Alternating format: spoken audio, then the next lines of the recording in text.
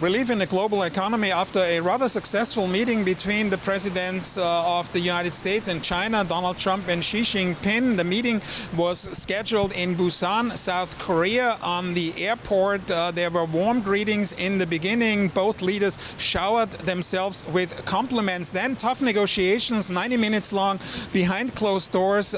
There were pictures showing both delegations sitting opposite on a long table. The results were announced by Donald Trump himself, and he framed them very positively.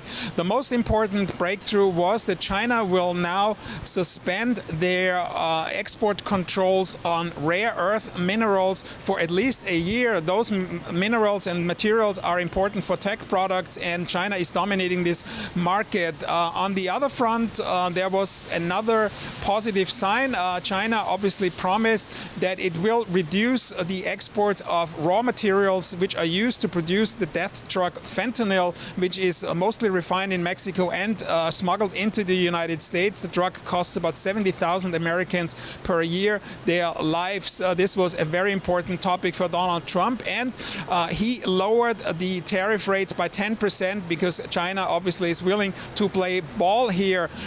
This will lower the overall total rates of Chinese imports into the United States to a rate of 47%. That is lower than before and can bring relief to American customers as well. There were no breakthrough on another topic, the exports of NVIDIA AI chips into China. China has restricted the company nearly completed.